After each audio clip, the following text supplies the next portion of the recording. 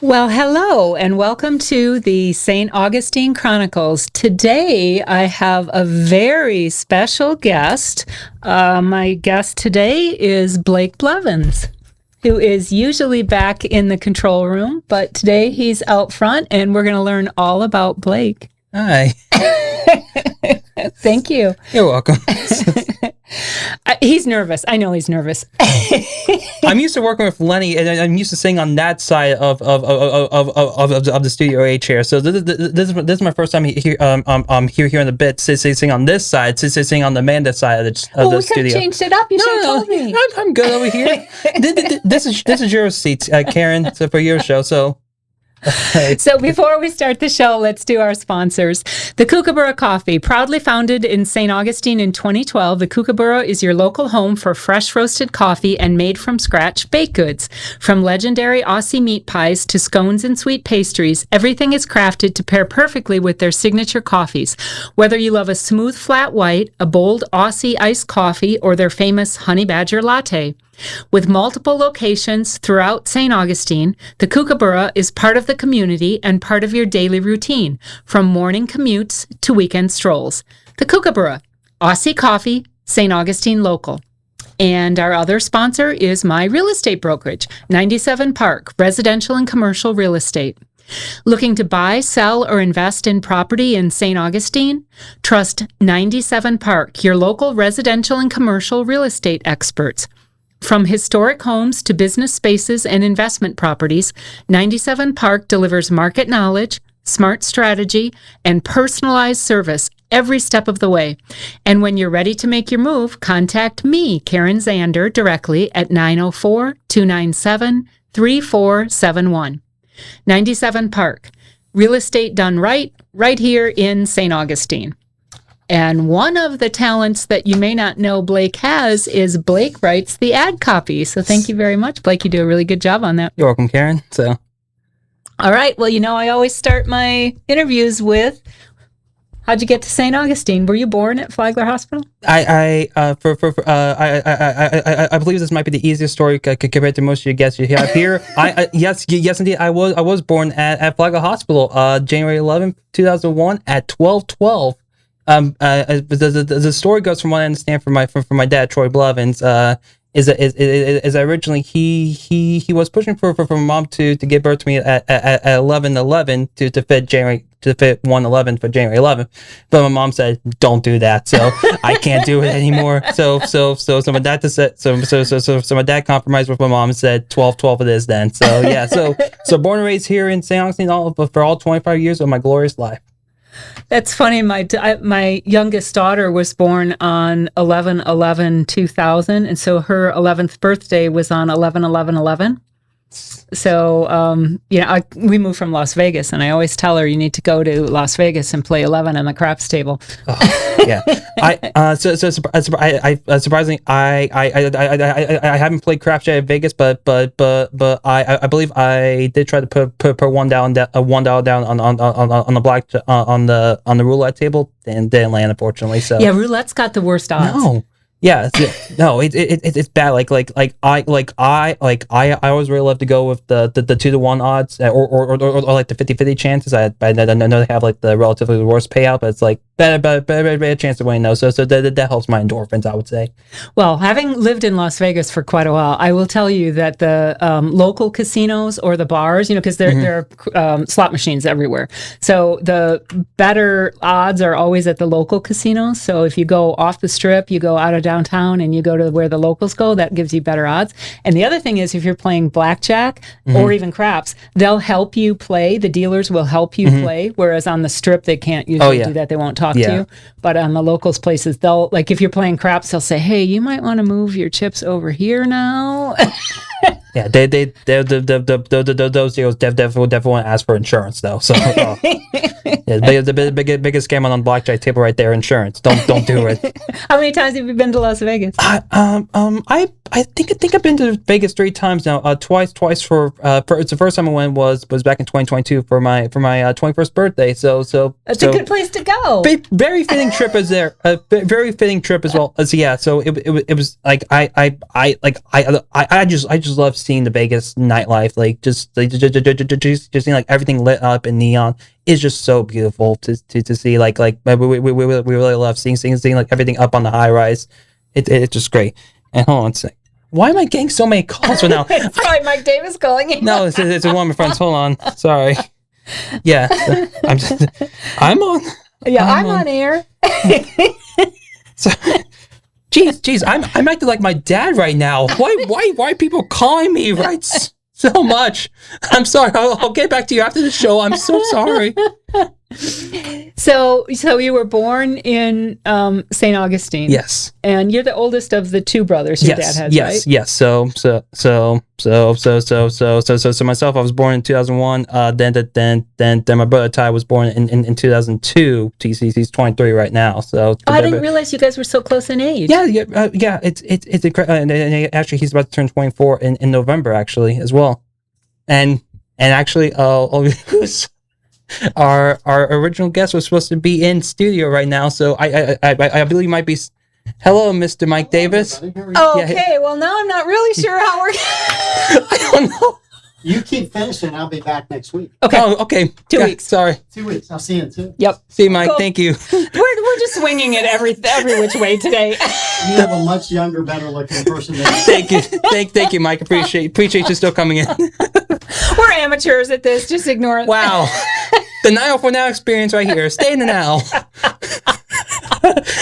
Well, and that's the OG that walked in. Yeah, no. So, but yeah. So it plus, but definitely will say if it now I wouldn't be here without Mike Davis as well, but along with Pete Melfi and my dad as well. He was definitely one of the influential figures here in now for now. So we still got owe a lot to him. And plus, this is his building after all. So we'll let him come back. I do have to feel like I have to be nice to him once in a while.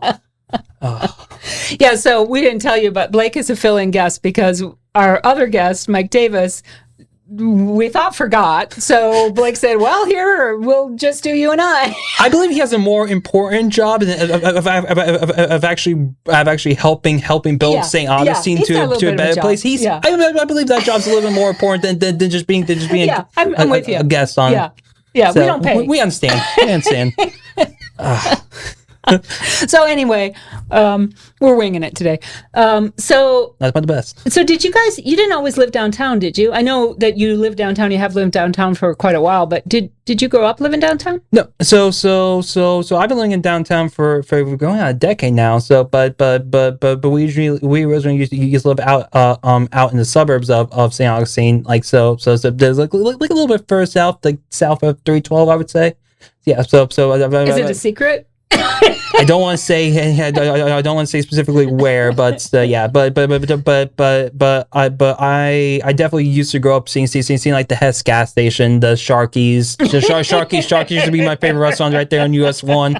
So and plus I'm used to the suburban restaurants, like your Carrabba's and all that. So when I moved to downtown, I finally got to experience like, wait, this is actual food?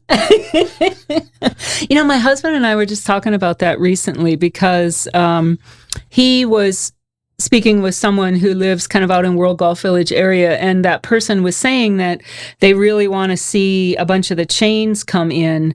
They want more of the chain restaurants. And I said, I guess when you're living out in World Golf Village area, that's okay, but people who are really in St. Augustine proper or at the beach, that we don't want those chains. We like the local stuff. Yeah. I mean, like it definitely is interesting to see how much St. Augustine and St. John's kind of grown to like new chains grow. Did you expect like 25 years ago at some point in World Golf Village you were going to get a White Castle? No, all of it is. I mean, I remember dirt roads out there. I remember Horton's Corner, Horton's Market, and now there's just a sign there that I think I think it says Horton's Corner, but nobody really knows who hasn't lived here very long. They don't know what that even means. Like, what's that sign doing there? But we, those of us who have lived here for a long time, we remember that old market. Mm-hmm. And just, I remember when we first moved here, it was 1998. And for just a couple years, we lived in Julington Creek Plantation. But I remember driving to St. Augustine or driving home from St. Augustine at night. We'd brought the kids down for the day or something, but I remember it being dark and going from like up in 210 area, all that, going from St. Augustine to Julington Creek Plantation. Now, come on, Blake. We're going to have some sort of standards here. We cannot. No, this is a real show, Blake. You can't keep doing this. I was trying to silence my watch. How? This show has standards. How? People are going to think we don't know what we're doing here. Oh, jeez. This is. My personal apologies to Kookaburra. My personal apologies to 97 King. No, 97 Park. You might get the award for the least cooperative guest right now. Hey. At least I hope. At least I hope I win the award for most funny guest as well, because we're both laughing our butts off right now. I just want to say I pay for this show. I pay for this experience that people are getting. And we're just kidding. Okay. So anyway, I don't even know what I was saying. About how just like there were no street lights or anything out there. There was it's incredible. And it's totally changed. It really is incredible. Like, and plus, I'm trying to keep a straight face right now. Yes. I also am trying my best to keep it straight as well. But no, you're right. It really is incredible. And not even that long ago, like 20 years ago, the growth has been like incredible. Like when I was like first going to Osceola Elementary, like seeing like how much everything has grown. Like down like 207, like the Little League fields weren't like the Solomon Calhoun Center, the new Little League fields weren't built yet. It was like and just seeing like every little bit grow, like just slowly, then just gets exponentially bigger. Like when I got out of high school, then graduated college, it's just been massive. I sold a parcel of land. I think it was maybe, I'm going to say 2014-ish. I sold a couple acre parcel of commercial land on 207. Sold it for the sheriff and his wife. And I think we got maybe 350 or 325 or something for it. And it was on the market for a while. We couldn't get a higher price. But it was already commercially zoned. And I saw that come up for sale recently for around $2 million. And they're going to get it. Mm-hmm. I mean, that's crazy. Mm-hmm. In 10-ish years, it really is the growth. It really is incredible. Like, and plus, especially what you see up and down I-95 from like 20 years ago. Like you would never imagine to expect like having new experiences to experience. Like whoever thought like Buc-ee's would come to Florida? I know it, right? That's like, and then plus to have like the holy trinity of Buc-ee's, Costco, and Bass Pro shops right there. Like there are people that make pilgrimages just what they call the holy trinity of American corporatism.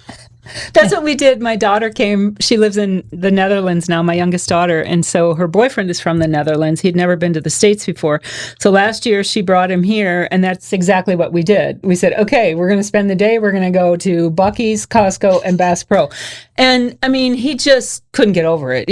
And you can't describe that to someone who's not from America. Mm-hmm. And you can't even describe it to someone who is from America but hasn't been, like to Buc-ee's. How do you describe? Well, it's a gas station, but it's not a gas station. It's like kind of a mini Walmart, but it's not a Walmart. And then they have all this food and the bathrooms, you got to use the bathrooms, and then 120 pumps. Like you just can't describe that stuff. Yeah. I will say what's surprising about Buc-ee's for my family is I have Asperger, so I'm not really like a huge fan of like crowded situation, like loud noises and crowded people. But I really love Buc-ee's though. Like my dad, my dad is the one that has sensory overload when he walks into Buc-ee's. I'm fine with it. I know where to go. It's like, okay, the snacks are down there, the water's down there, the bathrooms are right over there. Fresh biscuit on the board's right over there. So it's like I know what to do. That I know it's sensory overload at first, but just have a plan to come in and get what you need and get out. Yeah, it is sensory overload, but they all are.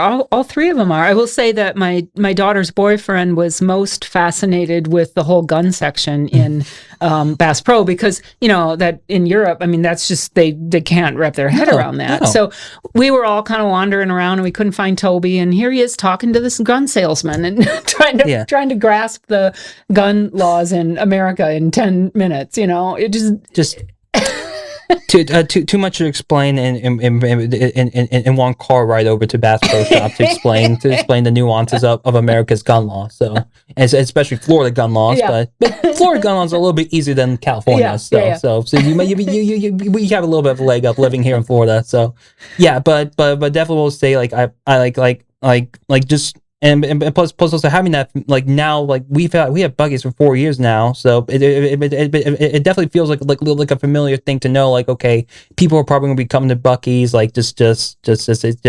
you're gonna have a bunch of tourists there, so it might be best okay, if you do want to go to Buc-ee's, avoid these times as well. Oh, the traffic is crazy. It's bad. It is it's insane. Crazy. It is insane. Yeah, and they have 120 pumps, and there's a backup to get in there. All the pumps are full, and then the parking lot is full. That's just nuts. People really love the beaver nuggets. I don't like those. Okay. Do you like them? I do, but I really like the ones that don't have the caramel covering and they have the white cheddar powder on it. I love those better than the regular beaver nuggets. Personally, that's my personal opinion. So it's not the gospel of 901 now that's an official endorsement. So, but that's I don't do junk food. So I like their beef and bean burritos. Mm-hmm. I like those, but I just don't do junk food, so I don't eat that. I will say that my daughter's boyfriend, he decided he had to take souvenirs back from Buc-ee's, and so the one thing he took his brother, who's in his 20s, I think, was a pair of Buc-ee's underwear. That was the souvenir he thought he should take. Mm-hmm. Yeah. Yeah. Hey, they got some great stuff. I've definitely gotten some last minute birthday stuff for It's actually a great place for gifts. It really is. The kids love Buc-ee beaver. So it really is. And I know we probably shouldn't be talking too much about the Buc-ee's during the whole thing about St. Augustine Chronicles, but I know a lot of people have controversial takes about Buc-ee's here in St. Johns County and all that. It was a big deal when it was coming in. Oh yeah, it really is. And for me, probably because I'm a fan of the place, but it's I'm glad that Buc-ee's did come into St. Johns County because this allowed them to be this allowed the stop to be like a gateway stop. It's okay, you're coming to St. Johns County, you're stopping here at a Buc-ee's, but hey, while you're here, you might learn more information about what's happening in the city of St. Augustine, what might be happening in St. Johns County in general. You might stop here. It's wait, what's going on down in St. Augustine? It's so I might instead of just keep driving down I-95, I want to visit St. Augustine for a little bit. So I definitely do see it as a net positive for St. Johns County. Well, plus that whole, as you said, the whole eternity, they're driving a lot of taxes to the county, so that's good. Yeah, and it's not it's out off the freeway. It's not in St. Augustine. So, yeah, indeed. Yeah. So let's go back to you. So you were born here. Yes, indeed. And when did you move downtown? Were you 10, 11? Oh no. So I was actually 15 when I moved to downtown. So and that was around the time I actually got my first job at the Le Macaron. The macaron shop. Yeah. Your dad worked with them. They bought a parcel of land that we used to own. Yes, their house. Yes. So Sabine and Stefan there is a super great owner as well. My first official bosses that weren't my parents for many of their side jobs for me. So and then immediately 2 months later the Hurricane Matthew hit. So yeah, that was I lived downtown. I lived on Valencia. I know you live nearby then. That was crazy. There's so many people who moved here after that have no idea. But Matthew and then Irma the following year, that was a lot to deal with. It really was. But Matthew was the first really big impactful hurricane for me. I know we probably got smaller hurricanes when I was a kid. But they didn't do the flooding. And yeah, no, it really didn't do the flooding. Like, and plus, I have like no memory of like my dad spending like all of the summer in the EOC building hunkered down. So I don't have like any memories of that. So it wasn't really that hurricane season wasn't really traumatic for me. But I really didn't get the impact like a hurricane until I was in the Holiday Inn in downtown during Matthew when we were riding it out. And one of the stories that my dad likes to tell was when my mom and I were together at our old house in downtown. We used to live next to the Methodist church that had all the pumpkins out there on the road. Mm-hmm. And when we saw the live cameras of all the pumpkins getting flooded down King Street, past City Hall, past Ponce Hall, Flagler College, we were thinking, all right, we might need to call our insurance adjuster. Yep.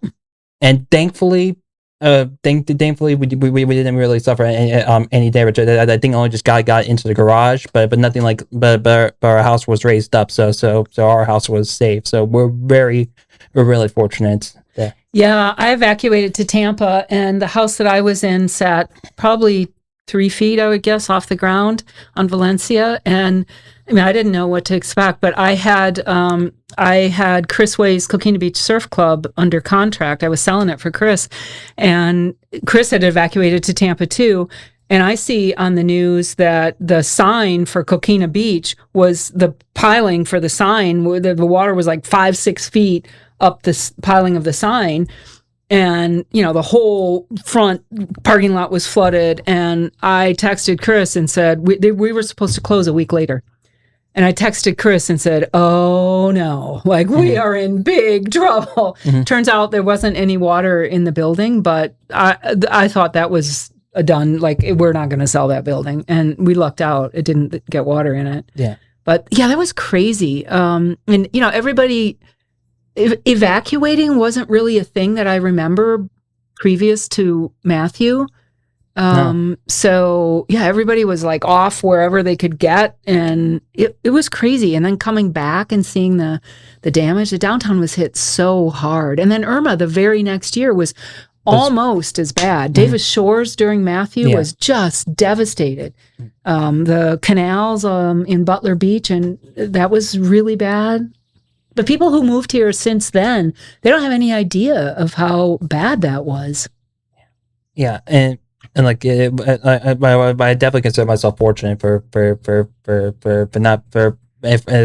like my family, myself. We're definitely fortunate that we didn't have like any of the major catastrophes. Like, but it definitely is like scary. Like I know my dad likes to joke about like when I was living at his house, we our street constantly flooded during like King's tides and hurricanes. So did Valencia. Yeah. It was like and we always like said like, and we always noticed like constant cars just trying to go fast, trying to get past the water. Yep. And it's just like, slow down. You can't drive through there. Yeah. But there was a bunch of put nicely, nice people in lifted up trucks that were just driving up fast as possible and trying to get salt water into our house. So, so appreciate you guys if you guys drive fast in salted water. So I hope your suspension still works. When I lived on Valencia, I during King Tides, I had a Tesla, and the garage sat. We had a really long driveway, and the garage sat far back on the parcel, so it sat up higher. And so during King Tides, the Tesla didn't get. There was no water in the garage, but I couldn't get it out of the garage and onto the street because the roads were always flooded every King Tide. So I had to go rent a vehicle during King Tides just to get out of my house, get out of my driveway and function. Yeah, thankfully for me, I've only ever experienced 2 flooded cars on our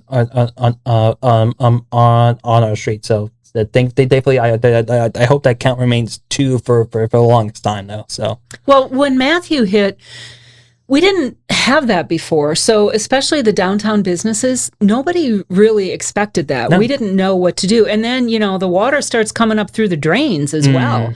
Nobody expected that. So now, because of Matthew and Irma, we're a lot smarter. The people who have been through those, we know what to do, and we know how to prevent a lot of flooding and, how to keep the drains from backing up. So we got smarter, but yeah, it was a lot.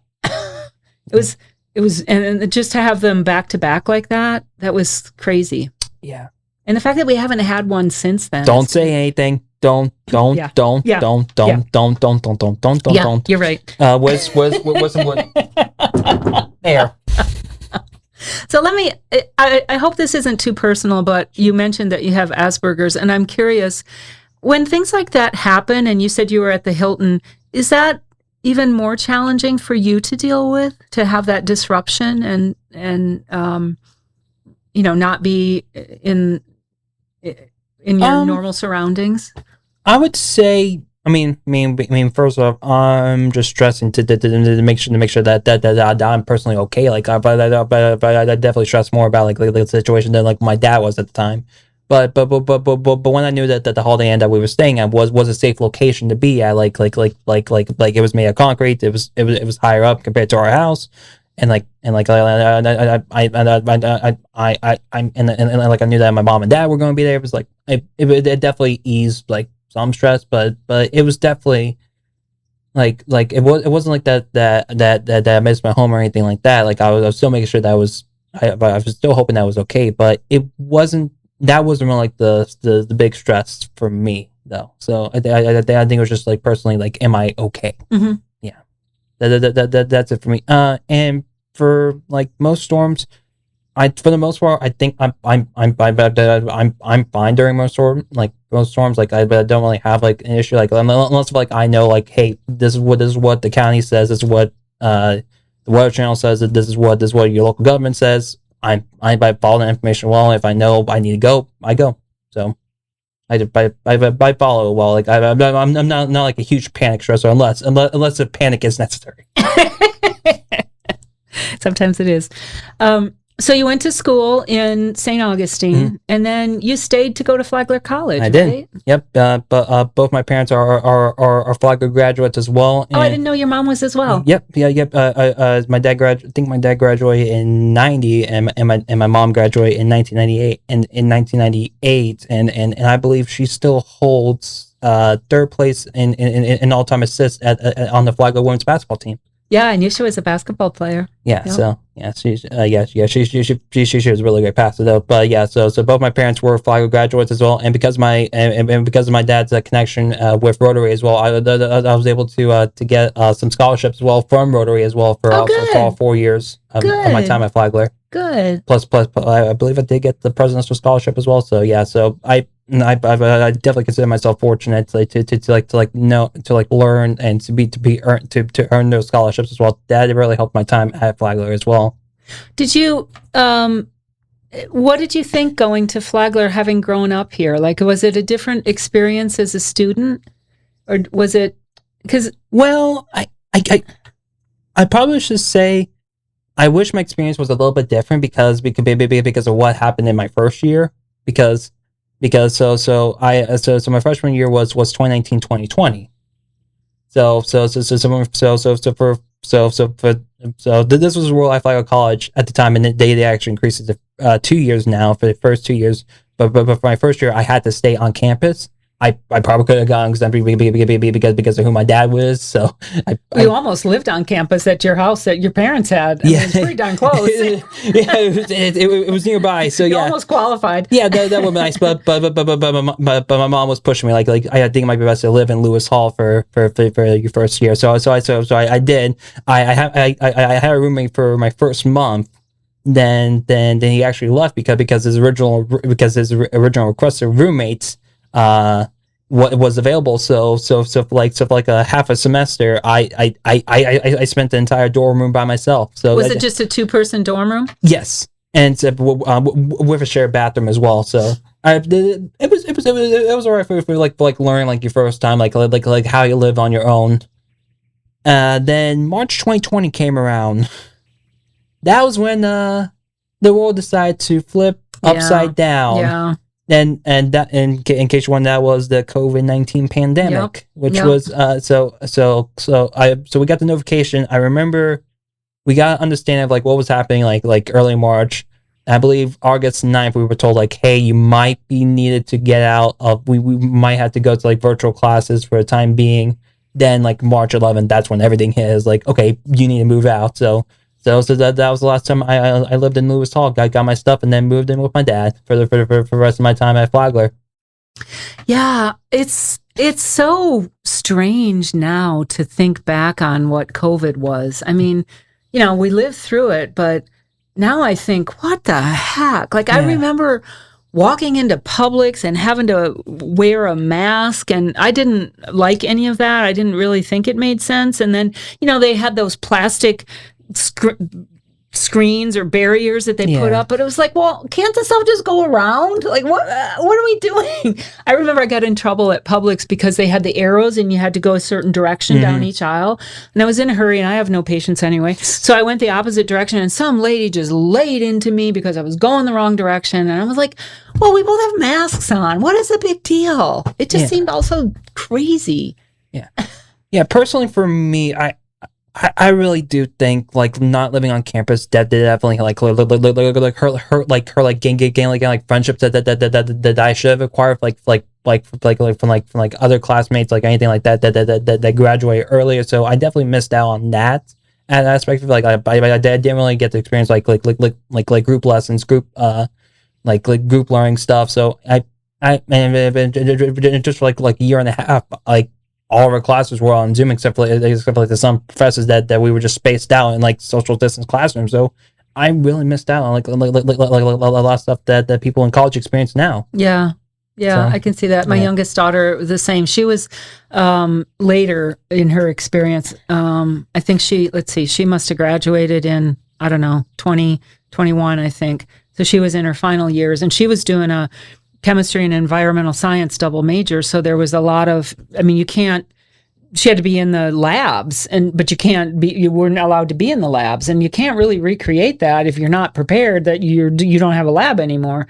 So that was really challenging for her. And I think people do struggle that went through that because there's some experiences that it's not only the classes, it's the experience of that gets you ready for real life. And when you miss out on that, you miss out on that. Yeah. I do think younger people really struggled, I think. Mm-hmm.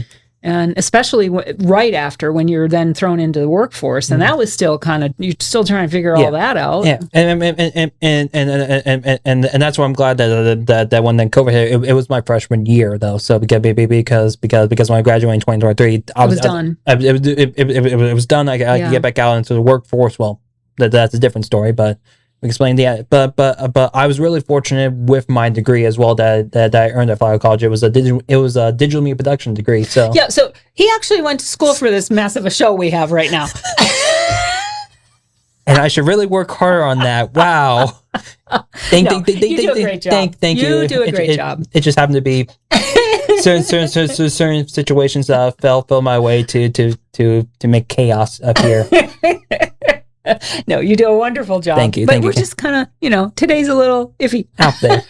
Hey, we're making it work. That's right. We're having a show. That's right. So that's the most important thing. But yeah, so I like my so with my degree in digital media production, I got to experience in Lewis and Ponce and Paul Hall. There's a full TV studio in there, so I got to experience like what it was like working behind the camera, we're working anchor desks, we're working the co-anchor desk, being a stage director, being the main director, working the switchboard, working audio, make sure the audio levels work. So a lot of stuff that I'm doing here at 904 now. I learned a lot of that at Apollo Hall at Flagler College. So, well, what do they? If there's a full studio, what do they broadcast? I didn't know that they had that. What shows? Like where are they broadcasting?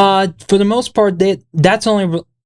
I believe they only use it for photography sessions or like class projects, which is what I did. Because I remember we had to do like a kind of like a 20-minute magazine show that we did for my production 2 class, and I remember that project well, because that was the day that someone called in A bomb threat. a bomb threat to Proctor Library. Yep, I remember that. Yep, I remember that well. So Paul Hall wasn't locked down for that, so we still got to continue our project. But after that, I was like, you guys can go home. It's fine. And then and then all of our friends just walked around St. George Street. I was like, okay, good job, guys! Yay! Yeah. So, but thankfully nothing came of that threat. So, which is good. But no, that disrupted a lot of finals that day. Like a lot of finals that day as well. So, the fun times in Flagler College. And how long did they have that degree? Were you one of the first to graduate with it? I'm not sure how long they had that. I think that program was around for a while since the day of the TV show when Paul Hall opened, like in like 20 like late 20 late 2000s, early 2010. So I believe they had that program around the That's while. pretty progressive. Yeah, and plus they also have the radio station WFCF as well. That's been around for a long time. Yeah, that actually one of my closest friends worked in as well as an intern there.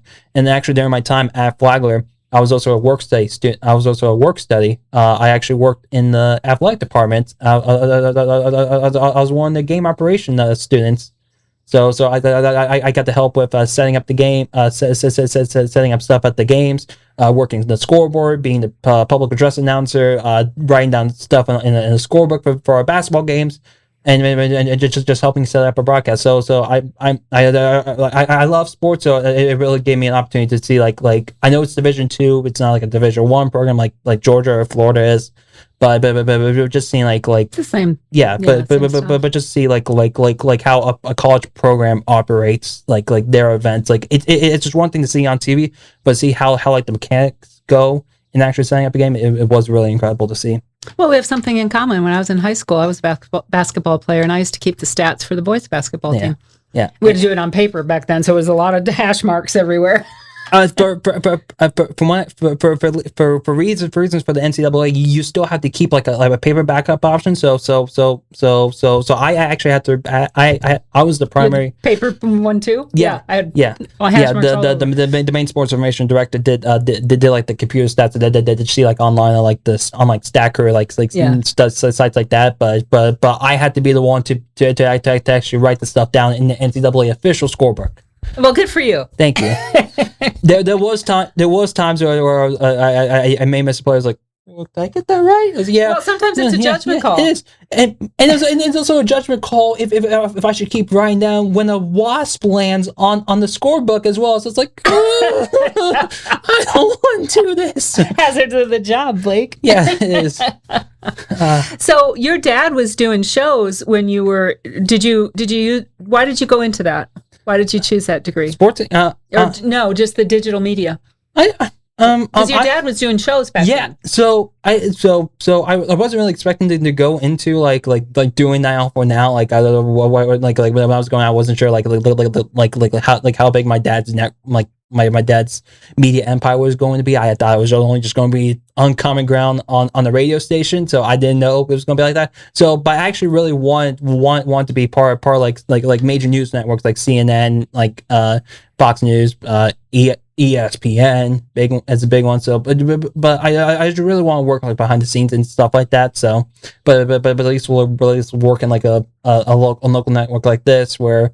It's really is great. So, but I had lofty goals as well, and plus also submitting over 200 applications after I graduate and getting 190 M declines and immediately hurt a bit. So welcome to the real world, right? Yeah, I mean, indeed. That's the way it works. Indeed. So you're not alone. And so after I graduated, I actually went back to the Flagler Athletics department and actually became their sports information intern. So I worked on our sports information director. So I worked more in like the settings and like the statting and setting up broadcast side of things, more like the game operation side of things as well. So I worked on that for 2 years. Then 2025 when Pete sold the network to my dad, my dad wanted me to move here full time. So my official job title here in the NIL for now is director of operations.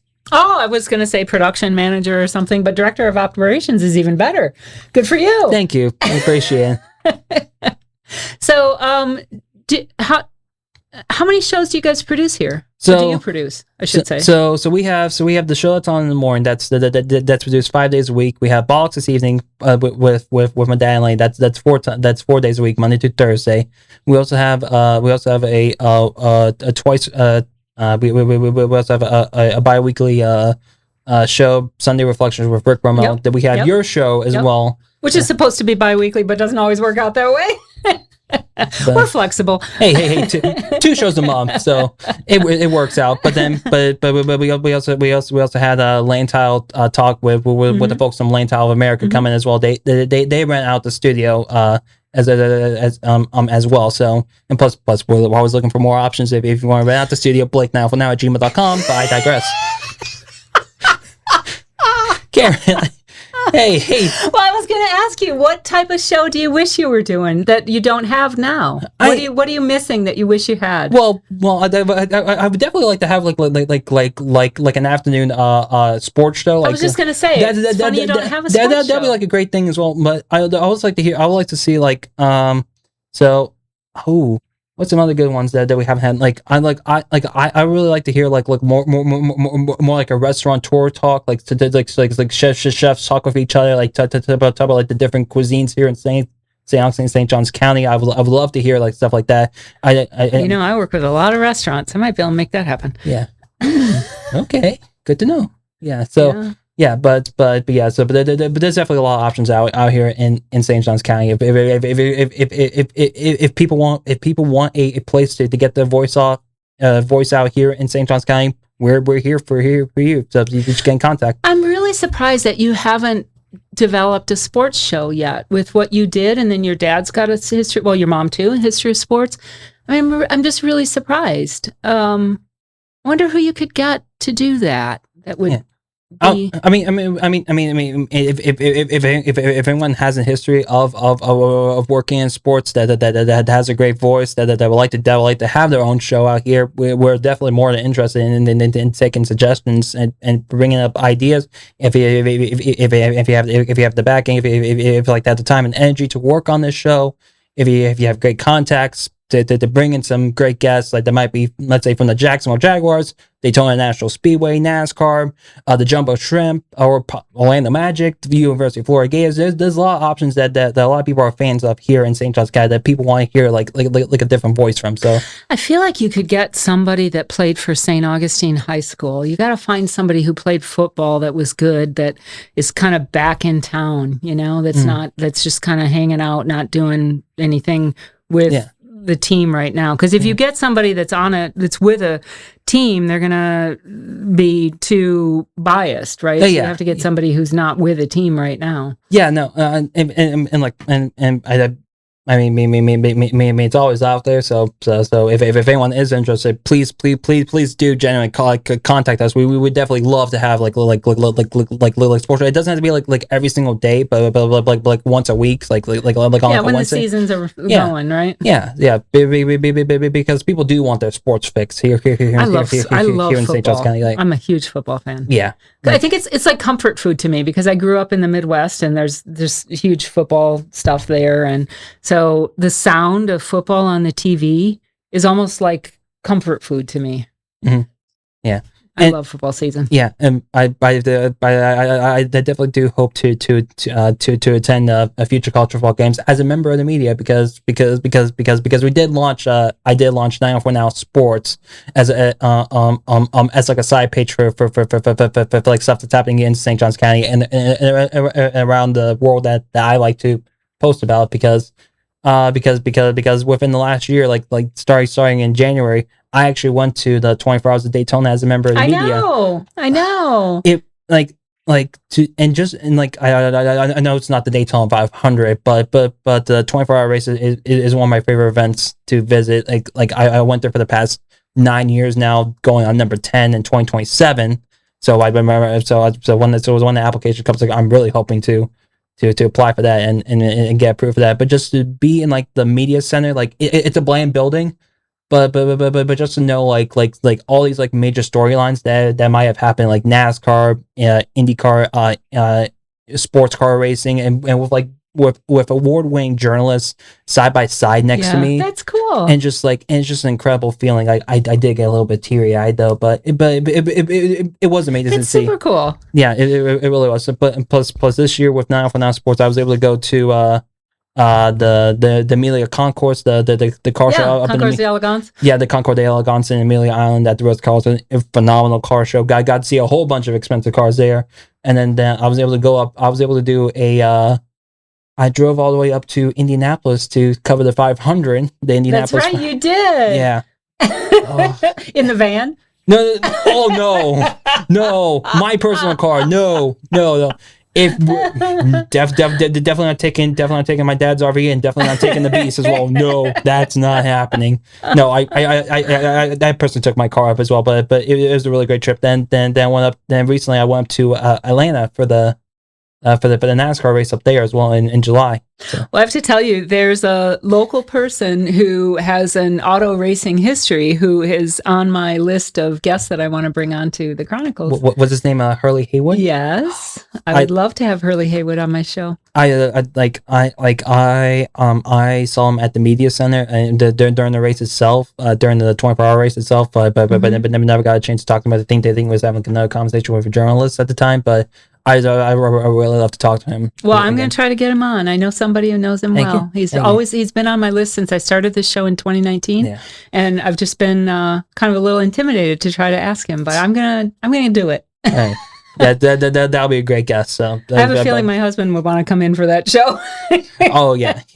So, yeah, but definitely though, and plus it's definitely great to have a connection here in St. Johns County to get to talk with all these amazing people I personally I actually tried to email I tried to get into the contact page of Vanilla Ice to try to get him on Story Them at one point. That's another guest I should bring on. Thank you for bringing that up. Talk about people who have stories to tell. Yeah, I need to get him on.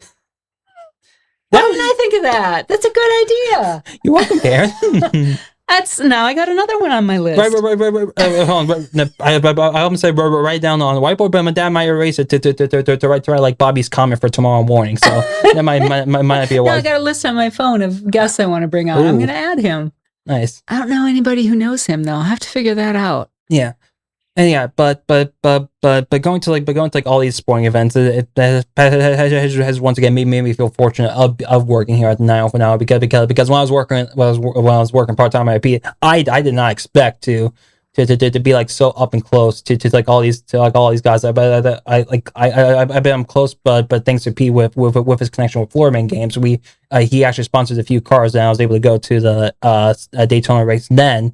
But just actually be able to be up in part of the driver scrums, to interview the drivers, to ask all these questions, and have the 904 Now shirt on my on my shirt, to have it on the handheld microphone I'm holding up to the drivers. So and people just love seeing the content and just want to get that much closer to what the drivers think and what the drivers understanding.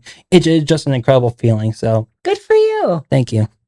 Is working here, is it what you thought it would be when you had your degree? Did it turn out to be what you thought it would be? Yeah, I mean, definitely. A lot of stuff that's in the producer's booth looks exactly similar to what I saw in a TV suit, but only smaller down. I'm not having the massive the 24 input switchers. I only have 8. I only have 4 audio channels. So, but I get the understanding of how each thing works, how to operate them to make sure that these shows are the best that they can possibly be for St. Johns County and for St. Augustine, to get the information out there to make people laugh, to make people informed of what's happening in the county. So. The degree definitely helped me a lot in understanding what's going on. And how do you think that the 904 Now, and especially the morning show, how do you think that with just how media has changed over the past 10 years or 5 years even, and it's still changing, right? How do you think you're going to evolve because we don't have a newspaper anymore. No. So you guys are kind of the place to go to get the news. And your dad does a really good job, I think, of bringing in well, you said you're bringing in someone later today, right? Yeah, Who's very topical. Yeah. Your dad does a really good job, and you do too, of bringing in those people who tell their own stories because they are news.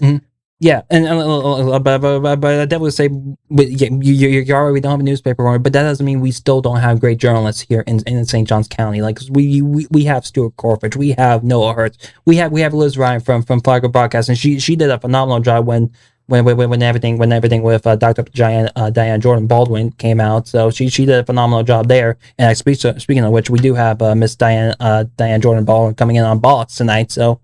But that's a big deal to have her on. Yeah, to have her tell her what happened. Hear it right from her. Yeah, it really is. But I will say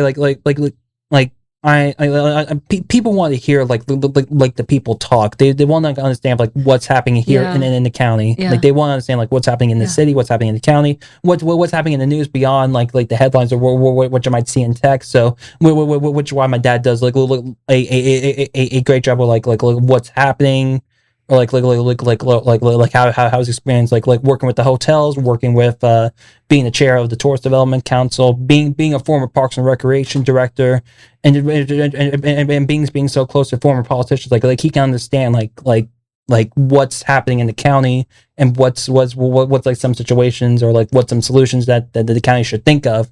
And like because man can just read the story, but my dad can explain like what's best to do. Yeah, that's what makes it different and valuable. But it's just so interesting how since you got your degree, but even a little bit before that, media has just evolved so much. Yeah, it's. I mean, I'll be honest. I still read the Wall Street Journal on paper every day. And I do it on purpose because I don't want to be on another screen.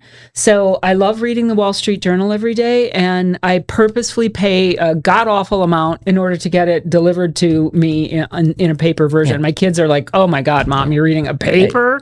But I don't want to be on a screen. So that's why I read. But I mean, that's, you know, I don't know how much longer I'm going to be able to do that. Pretty soon they're going to tell me you're like the only person in the whole country who's getting a paper version of our paper. Well, if it helps you a little bit, I used to be a former subscriber of the New York Times Daily as well. So I got the New York Times every single day when I was in high school, and I was the only person still reading a newspaper during lunch. It's like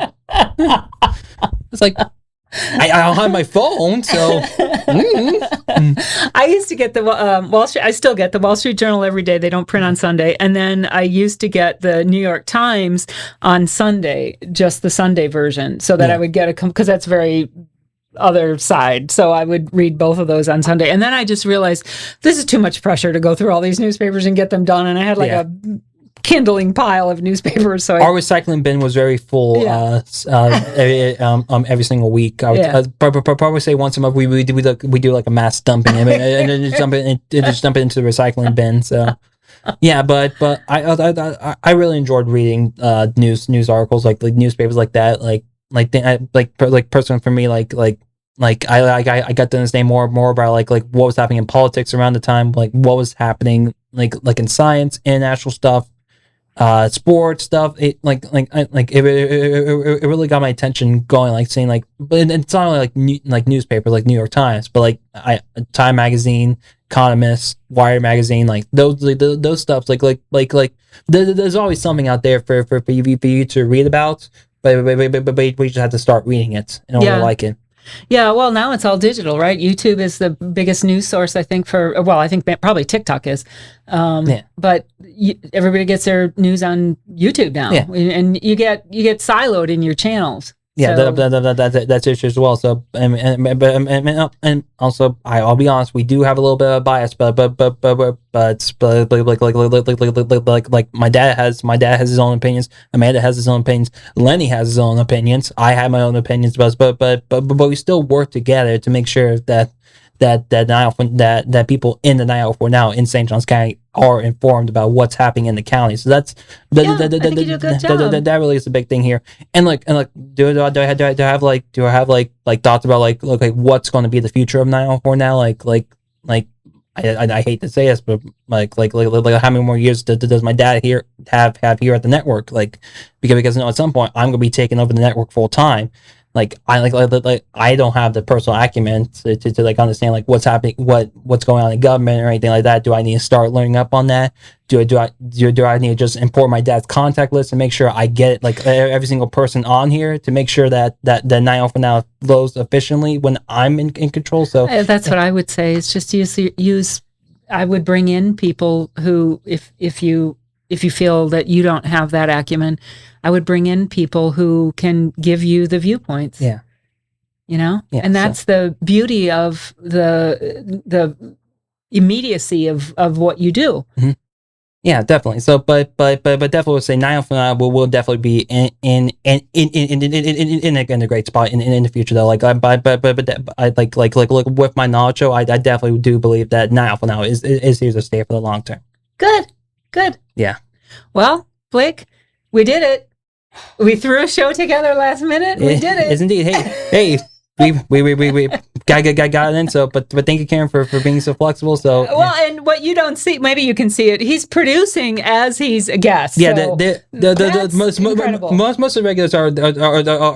the regulars are used to seeing this keyboard when Amanda was producing Mike Davis's show, when he had the evening show, and when I helped self produce when my dad or Lenny isn't here, and one of them need me in here to help them back and forth. But I think it's hard just sitting over here yakking, and you're doing that, and you're producing at the same time. So I'm kind of intimidated by the fact that you could do all that. Yeah, and definitely say, Karen, they come back on to 9 for now. We really do.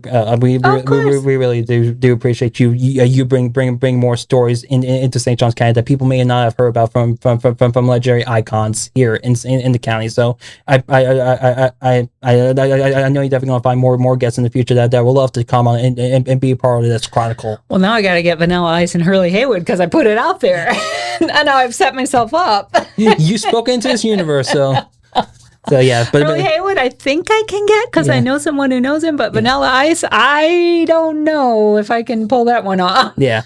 Yeah, but thank you, Karen. Yeah, but we really appreciate you having being part of it now here in the 904. Well, thank you. I really love it. It's I love talking to people and letting them tell their story, and I think I think that people who don't realize that they're extraordinary, I hope that they come on this show and they think, I really do have a story to tell, that people just don't realize what amazing things they've done or how they've impacted people or this community. And I really want them to shine when they come on. That's that's just my goal, is to let people tell their stories, and not people that are super well known always, but often people that aren't so well known but have done incredible things. Yeah, indeed.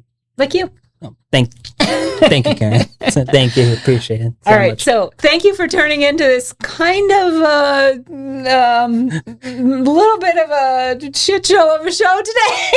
But it's a show. We did it. But it's a show. Thank you, Blake. I think.